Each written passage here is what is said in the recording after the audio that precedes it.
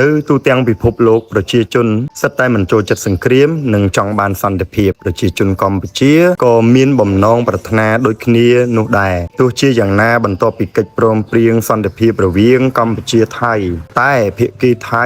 គឺនៅតែមិនគោរពនិងអនុវត្តតាមកិច្ចព្រមព្រៀងនោះនៅថ្ងៃទី12ខែវិច្ឆិកាឆ្នាំ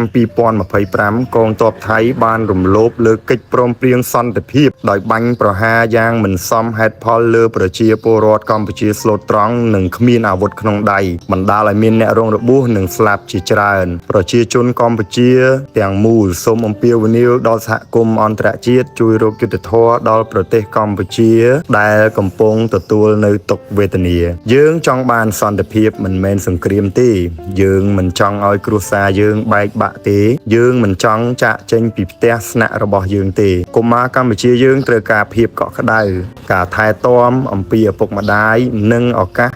ក្នុងការសិក្សាប៉ុន្តែបច្ចុប្បន្នកុមារកម្ពុជាកំពុងតែបាត់បង់នូវសិទ្ធិធំចំនួន4នោះគឺរស់រានមានជីវិតអភិវឌ្ឍការការពារនិងចូលរួមសូមអំពាវនាវឲ្យសហគមន៍អន្តរជាតិបន្តការគាំទ្រនិងសម្របសម្រួល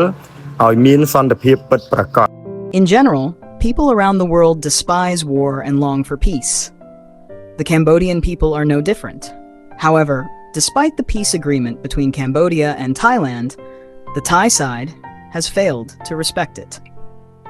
On November 12, 2025, Thai military forces violated the agreement by launching unprovoked attacks against innocent and unarmed Cambodian civilians,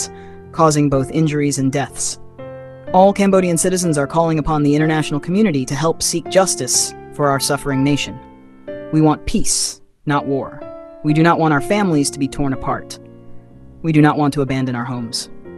Our children need warmth, food, family care, and education.